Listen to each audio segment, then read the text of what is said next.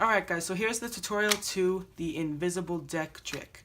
Now if you haven't seen the video of the performance, go ahead and click here, there'll be a link for it.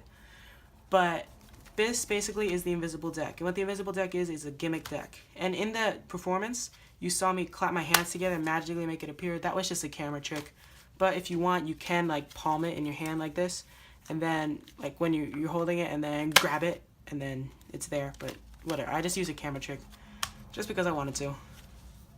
So here's what it is. The invisible deck. Secret to it is that there's only 26 cards on here. The other 26 are on this side. You can spread it out, and because there's this, it has a substance on it called roughing fluid, which if handled very lightly, it won't spread. They won't spread, but if you apply light pressure to any card, they're gonna slide right apart, okay? Now the cards are linked up together in a very unusual way. Now in the original video I said that the Four of Hearts was what they had, right? So if I just go through, you can see that all of them are indeed there. I just did the spread, and that's the Four of Hearts right there. Now the way you remember it is you remember that all the values add up to 13. Now here's my example. So the Four of Hearts, 4 plus a 9 would equal 13. So I know the Four of Hearts is paired to a 9, okay? Now if they said the Six of Hearts, I would know that would be paired to a 7, because 6 plus 7 is 13. If they said a 2 of Hearts, I would know that 2 would be paired to a Jack of Spades, because a Jack of Spades is, a Jack is 11, and a 2 is 2, and 11 plus 2 equals 13. See, Jack of Spades, there's the 2 of Hearts. 13. So and like I said, an Ace of Hearts will be paired to a Queen of Spades, because a Queen is 12 and an Ace is 1.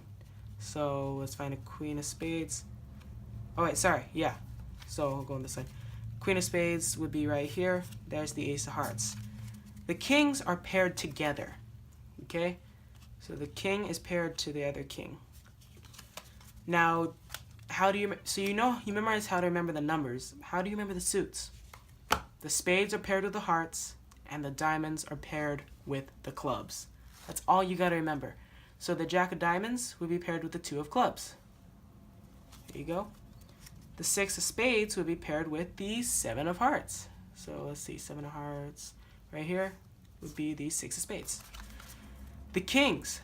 The King of Hearts is paired with the King of Spades. No, sorry, the King of Hearts is paired with the King of Spades. King of Spades and the King of Hearts. And the King of Clubs is paired with the King of Diamonds. Now the way I remember this is by putting... Now, I like to explain something. So you know how to find them, you know which cards are right next to each other and which cards are together. But how do you tell which side the card's going to be on? If you notice here, there's no 2, 4, 6, 8, 10, or Queen. These are all odd cards. There's an odd side and there's an even side of the cards. So if I want to have an odd card be upside down, I would take the deck out of the box and spread the even side out. Like if I wanted the 7 of Hearts to be upside down, I would go and look for the 6 of Spades, and right next to it would be the 7 of Hearts. So that's how you know which is which. Now the kings, I like to put the black kings on the even side and the red kings on the odd side. That just kind of helps me remember. You can do however you want for the kings. The kings are kind of weird because they add up to 13 anyways. So there's no real way to do it. But that is how you do it. So the 4 of Hearts. Now, here's a big problem, okay? How do you remember which side is which? Here's how I remember. The half moon part, this little circle part that's cut out of the box, the odds are on that side. The other side has the evens.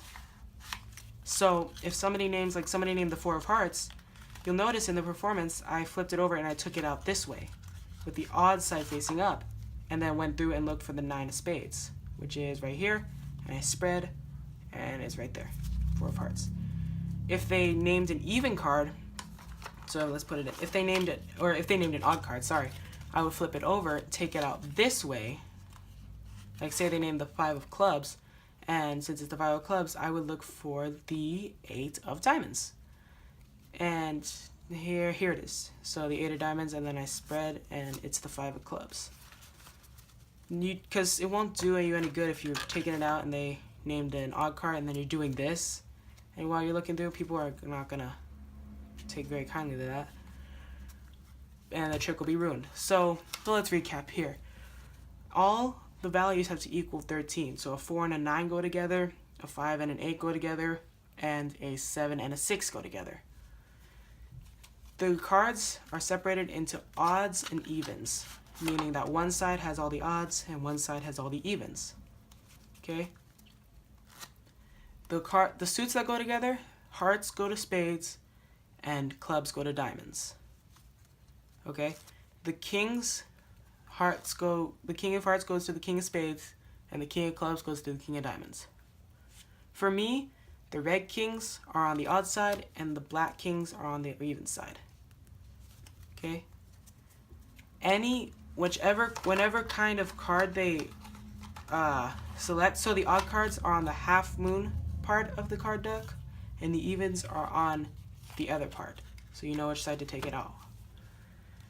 If they name an odd card, you would take out the deck with the even side facing up, then spread through and reveal the odd card facing down. If they name an even card, the opposite. You take out the odd card facing up and spread through to find the even card face down. Spread very lightly, okay?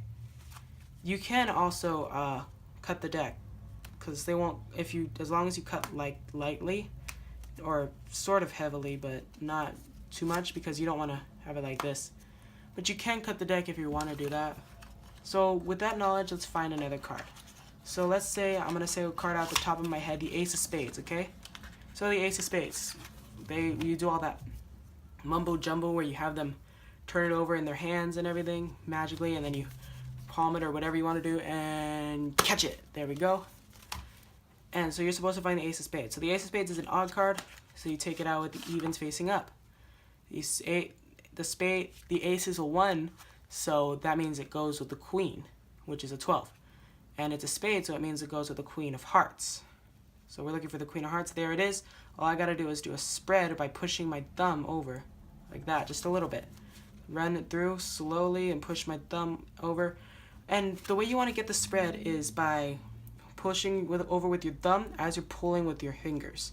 So push and pull, and that generates the kind of friction or whatever. I'm not sciencey. And then you can turn it over and reveal the Ace of Spades. You can have the audience member take it out. Now, that is how it's done.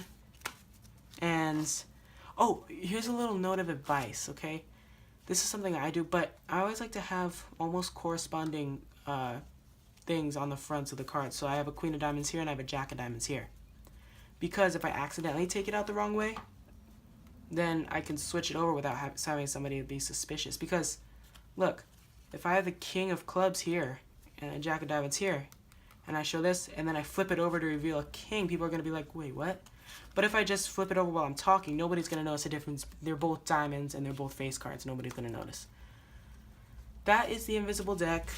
It is really, really, really, really useful. It's one of the easiest magic tricks, probably the easiest to do, and is one of the most powerful.